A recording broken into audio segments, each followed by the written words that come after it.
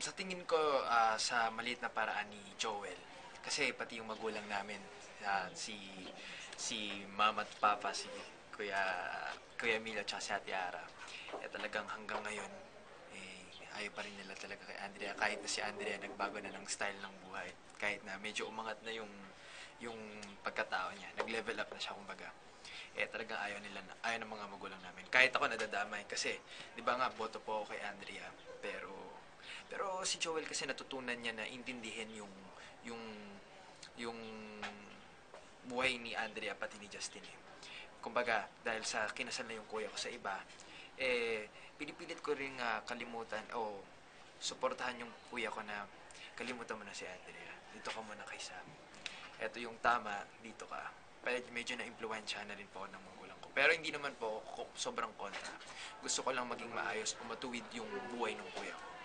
Kaya kung ano yung mas makakabuti sa kanya, ganun ang araw ni Joel. Kung ano makakabuti sa kuya ko o sa pamilya ko, yun yung ang gagawin ko.